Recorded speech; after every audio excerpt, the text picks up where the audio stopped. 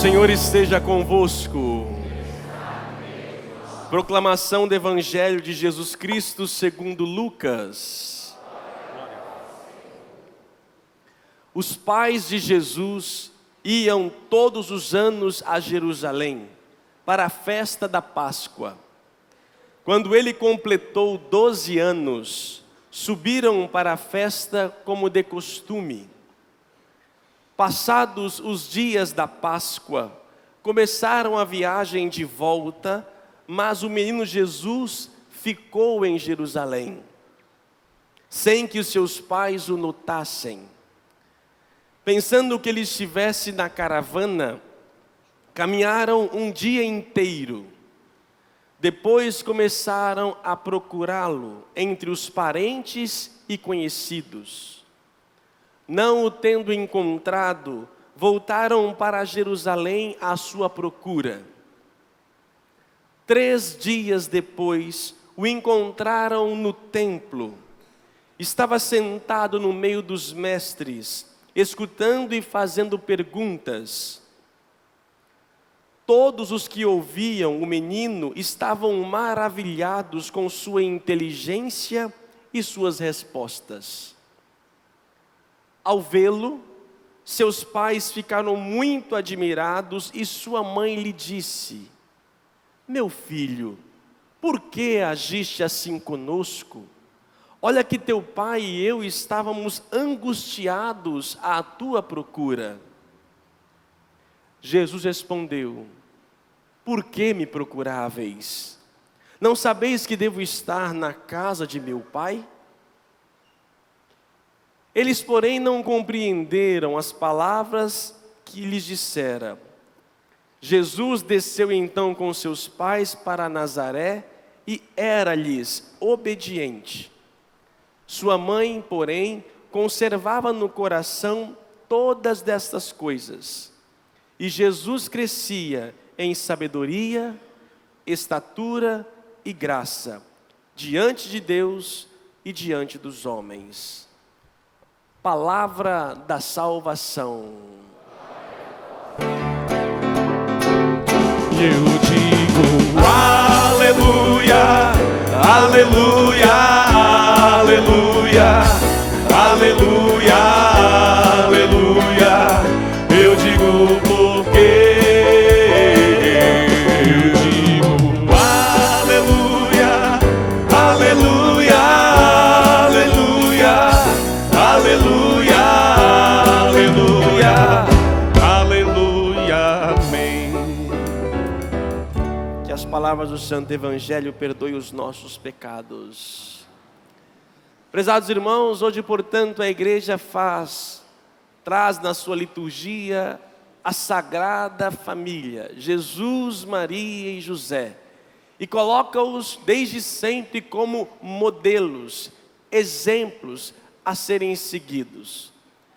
Talvez, se nós formos bem literais, como é que poderíamos ter exemplo uma família onde uma mãe é virgem, um pai é adotivo e um filho é Deus? Alguém tem isso aí por acaso? É difícil viver este exemplo.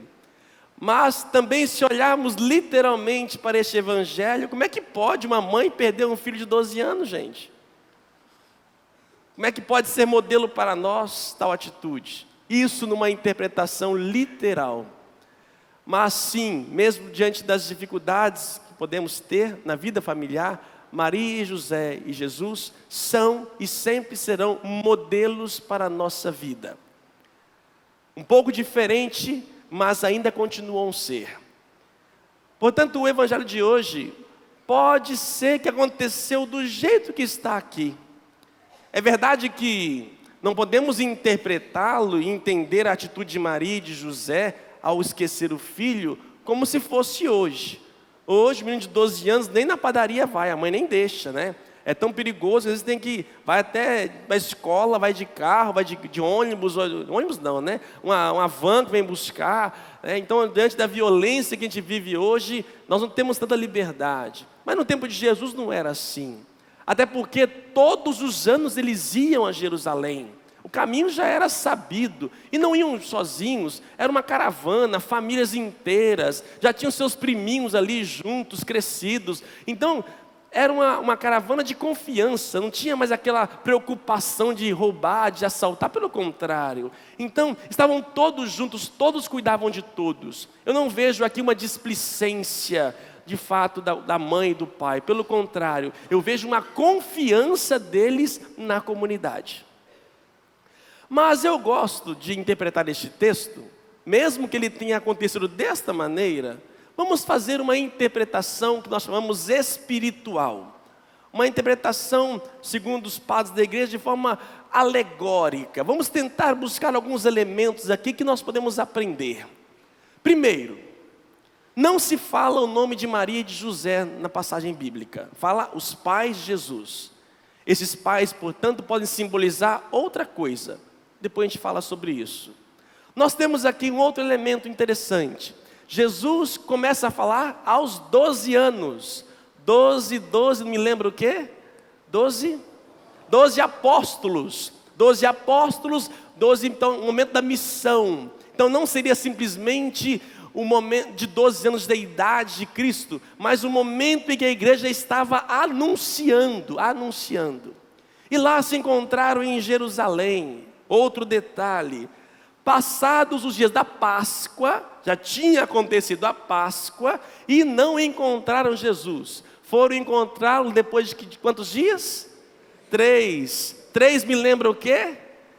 Ressurreição, encontraram depois. E quando encontraram, não entenderam. O que faz isso conosco? Na verdade, meus irmãos, excluindo o literalismo do fato, podemos dizer aqui, nós temos uma família tradicional, uma família que cultua, que tem as suas leis judaicas, que todos os anos iam para Jerusalém. Nós vimos aqui então a figura da família judaica tradicional.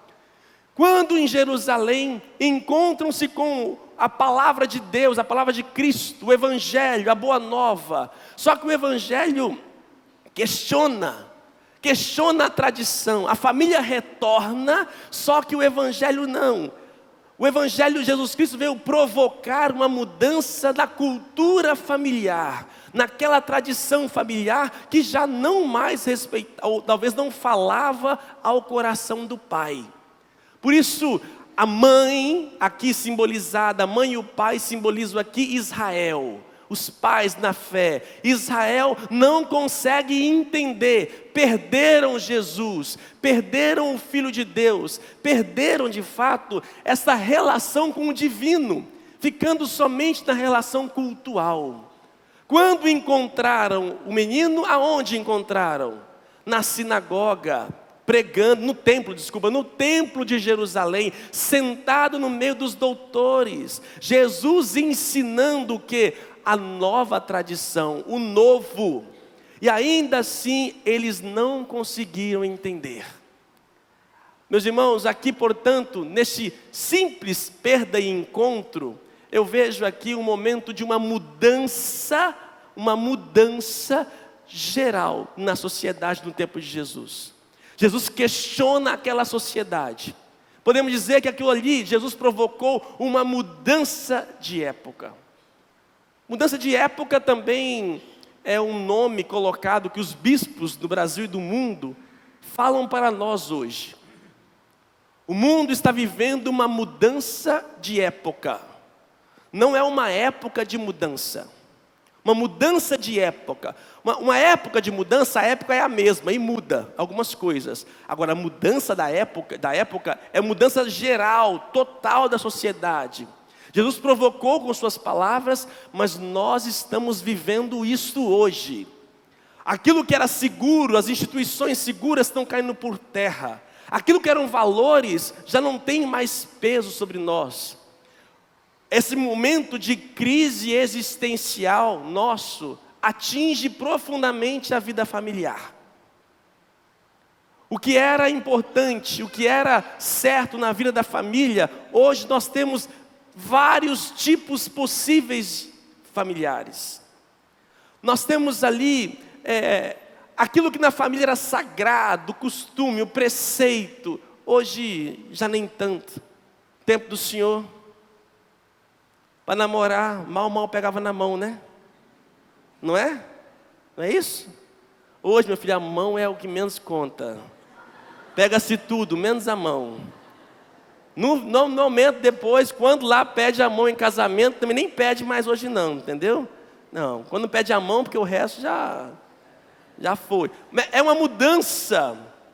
Olha, se nós pegarmos aqui a idade, olha 30, 40 anos, 50 anos atrás, olha uma mudança de paradigmas que atinge profundamente a vida familiar.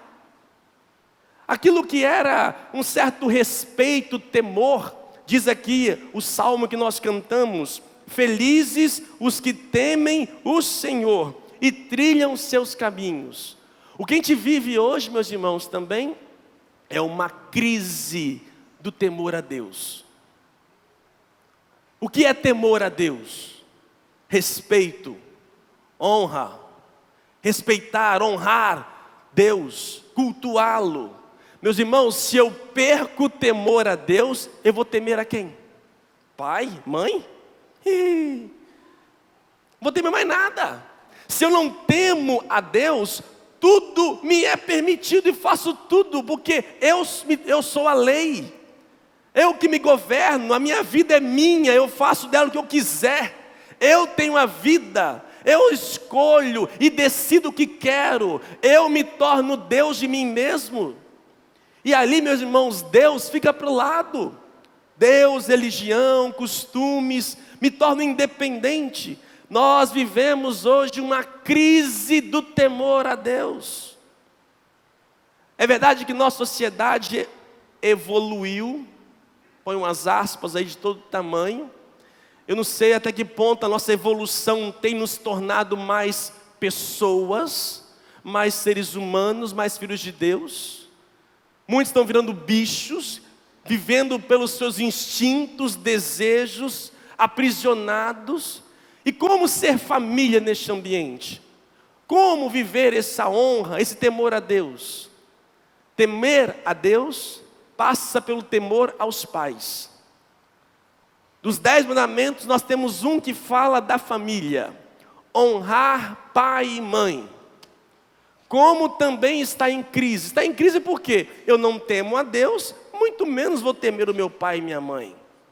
A falta de respeito que os filhos estão hoje, não sei se é por causa, os filhos já nascem mutantes hoje, né, com alguma coisa diferente, ou se é uma crise de identidade da paternidade e da maternidade. Eu não sei dizer aí se é uma mutação genética, que já vem aí pelo alimento que a gente vai comendo, os filhos já nascem rebeldes por si só, ou talvez uma falta de pastoreio, onde nós estamos errando. Esse nome de progresso, de liberdade, deixar os filhos fazer o que querem. É difícil. Você pega um senhor aí, onde namorava de mãozinha dada, vigiado na sala, e hoje ele pega o neto dele e a neta dele, se pegando no quarto do lado, e não pode falar nada.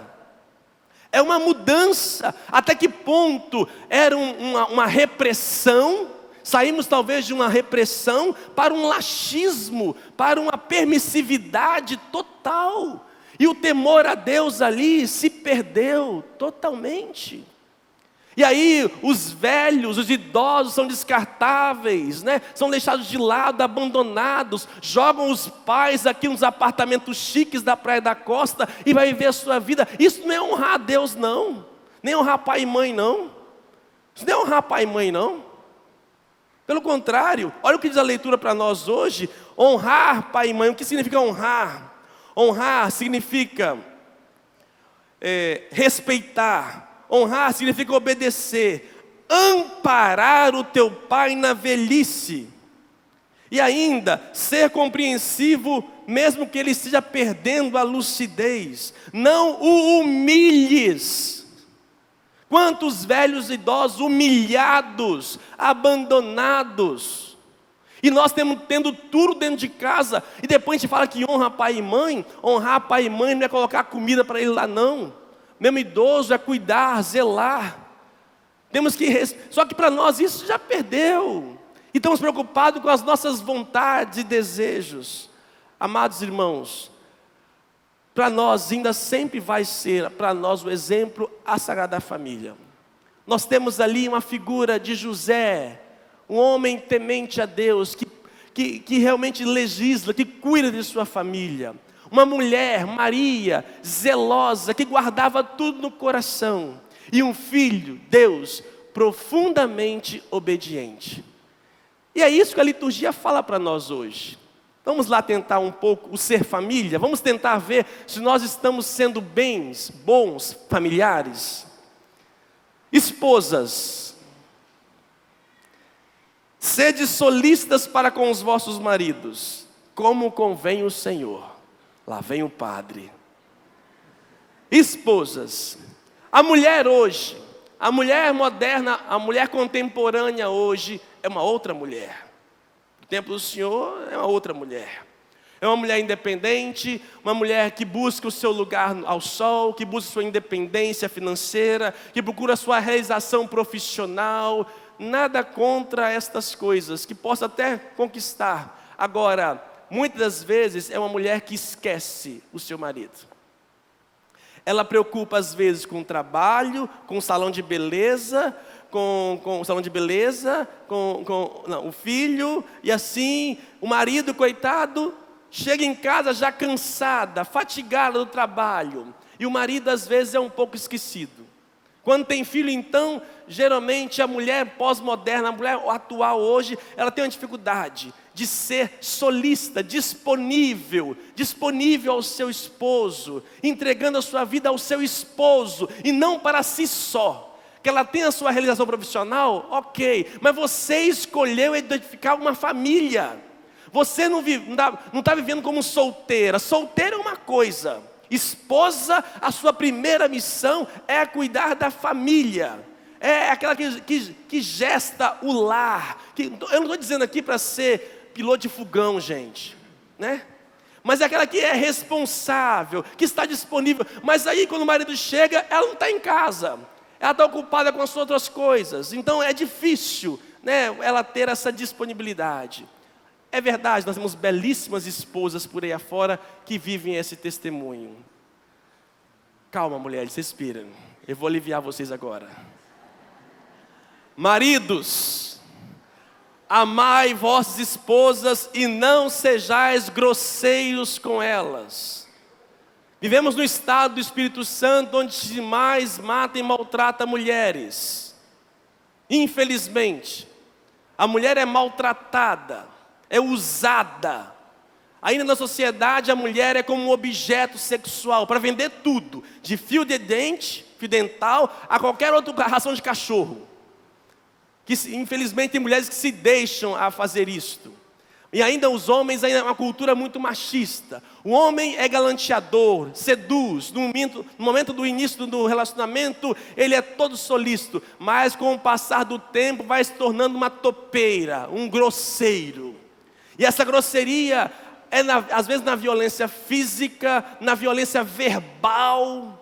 Maridos, a mulher gosta de elogios, gosta de palavras de amor, de carinho. Vê se sai desse troglodita o seu lado feminino, sabe? Ser um homem masculino, né? Um feminino não fere o seu lado masculino, né? Tire! A mulher necessita. Então, como marido, não seja grosseiro, né? Essa grosseria, então, não é somente física, mas é no tratamento, no relacionamento. Aí a mulher se emperecta toda, vai no salão, toda bonitona para sair, né? Uma vez outro marido chamou para poder jantar fora, assim, toda produzida. Aí vem um homem lá, de chinelinho de bermuda. Ah, isso é uma grosseria, gente. Isso é uma grosseria. A mulher toda emperequetada. Aí você vê a mulher toda produzida e o homem lá todo largadão. Gente, não dá. Aí vamos na hora para dormir. Ela passa meia hora no banheiro, se colocando creme, não sei tanto creme que faz aquilo, né? É creme pra cá, creme pra lá, tal. E chega toda, ela comprou uma coisinha nova para poder dormir. Aí chega lá o homem todo fedegoso, uma cueca furada, sabe, todo largado. Isso é uma grosseria. E olha que eu não sou casado não, hein, gente? Isso é uma forma grosseira de conviver. Entendeu? Aí vai dormir, quando não consegue dormir, aquele ronco, aquela barriga de chope de todo tamanho. Vai se cuidar, vai se tratar, vai procurar um médico para resolver isso. As mulheres estão se abanando aqui. Ó. Eu não sei se é o calor físico. Ou seja, meus irmãos, na vida, no relacionamento, isso é ser família. É cuidar do outro, zelar o outro. Mas não termina aí não. Filhos, obedecei em tudo a vossos pais, por isso é bom e correto no Senhor. Obediência, honra, temor, tudo está ligado. Por que os nossos filhos têm dificuldade de nos obedecer hoje? Volta a pergunta, será que eles nascem diferentes ou somos nós que não estamos lidando, sabendo educá-los? Onde está o erro, gente? Por que os filhos estão assim tão rebeldes assim hoje? Todos nós somos filhos de Deus. Como é que está a minha relação de obediência ao Pai, ao nosso Pai bendito? A dificuldade, é verdade que sempre vai existir uma diferença muito grande dos pais para os filhos. Sempre. Mas o que a gente vive hoje, eu acho que nunca na história houve um abismo tão grande entre a geração do pai e a geração do filho. Olha o evangelho. A mãe não conseguiu entender, teve que parar para poder compreender. Às vezes os filhos estão certos, temos que ouvi-los, ouvir o momento, ouvir aquilo que ele nos diz. Se vem de Deus, vamos acolher. Temos que aprender a dialogar, a sentar e conversar, ver as vontades, desejos, ver o que pode e o que não pode. Não ter medo de se colocar. Mas como eu sou pouco presente na família, eu vou permitindo os filhos para não criar um clima chato. Não, meus irmãos, não. Eu fui criado numa formação um pouco rígida. Minha mãe está até por aí, minha mãe está por aí. Eu lembro quando a gente... É forma de educação, né? Quando ela chamava Anderson, senhora. Até saiu senhora, até saiu senhor. Vinha para a igreja, era beliscão, fica quieta aqui. E ali ficava. Eu fiz a minha primeira Eucaristia com 13 anos de idade. Porque eu faltava muita catequese. Não gostava da catequese. Não gostava de ir para a igreja. Olha aí onde eu parei, gente. Olha só. Então, ou seja, é forma de educar. Não podemos deixar que os nossos filhos decidam e escolham coisas que vocês, pais, têm responsabilidade. Eu, como padre, não posso deixar que vocês façam qualquer coisa daqui. Não, aqui tem norma, aqui tem lei, quem manda sou eu. Aqui manda. Tem autoridade aqui. Não de uma forma autoritária, mas eu tenho que legislar, tenho que coordenar, está errado, chama atenção. Tem que ter alguém que fale. E é função sua de pai e mãe fazer isso. De educar, de pôr responsabilidade, de dizer. Só que onde estão os pais? Onde está o temor? Então, meus irmãos, olhemos para a Sagrada Família. Como eu dizia para finalizar, uma mulher que não entendia muito, mas guardava no coração tudo o que ouvia. Era silenciosa. Temos um pai, um marido, que não foi biológico, mas aceitou a vontade de Deus, proveu toda a sua família, cuidando, zelando. Até no sonho, ele falava com Deus. E um filho, mesmo sendo Deus, se tornou obediente. A liturgia de hoje, Jesus tinha 12 anos. Só vai aparecer sobre Jesus quando ele tem 30 anos. São 18 anos sem saber o que aconteceu com ele. 18 anos sendo submisso, obediente. O Filho de Deus sendo obediente aos seus pais. Aprendendo a função do pai que trabalham, aprendendo a cuidar da casa, a lavar. Põe seus filhos para lavar banheiro de casa, gente. Esses filhos hoje, tudo Patricinho e Mauricinho, não sabe fazer nada. Tudo lá, tem tudo pago para eles. Vocês estão educando errado. Põe para pegar ônibus, para poder ralar um pouco. Está muito dado, muito de graça. Muito de graça. Faça lá, fazer realmente cuidar da casa, zelar pela casa. Isso edifica o ser humano. Jesus ficou 18 anos aprendendo a ser homem. Homem. Ser humano, sendo educado, dócil, obediente. Não tinha nenhum status. Queria falar tanta coisa para vocês. Só que os filhos hoje saem de casa, né? Com 30, 35 anos.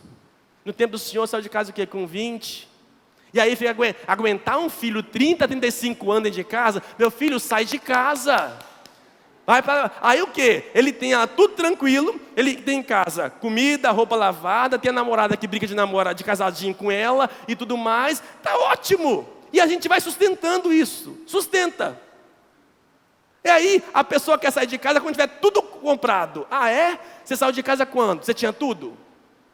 Você tinha tudo? Você não tinha tudo. Mas hoje eles querem sair de casa só quando tiver tudo. Está errado. E aí entra os conflitos. Filho, 35 anos dentro de casa com um pai, não dá. Me desculpa, filhos. Toma vergonha na cara. Ou casa, ou vai para outro lugar, vai arrumar sua vida. Agora ficar pendurado ali, sugando pai e mãe, não dá. E aí os conflitos familiares. Gente, essa sociedade nossa hoje está gerando dificuldades. Por isso que a vida sexual dos meninos jovens está difícil. Com 15, 20 anos, a pessoa está pronta para viver a sexualidade. Mas vai casar com 35, vai ficar esperando 15 anos. Haja oração. Senhor Deus, abençoe nossas famílias, abençoe a sua. Que possamos buscar cada vez mais o ser família a partir da Sagrada Família. Louvado seja o nosso Senhor Jesus Cristo.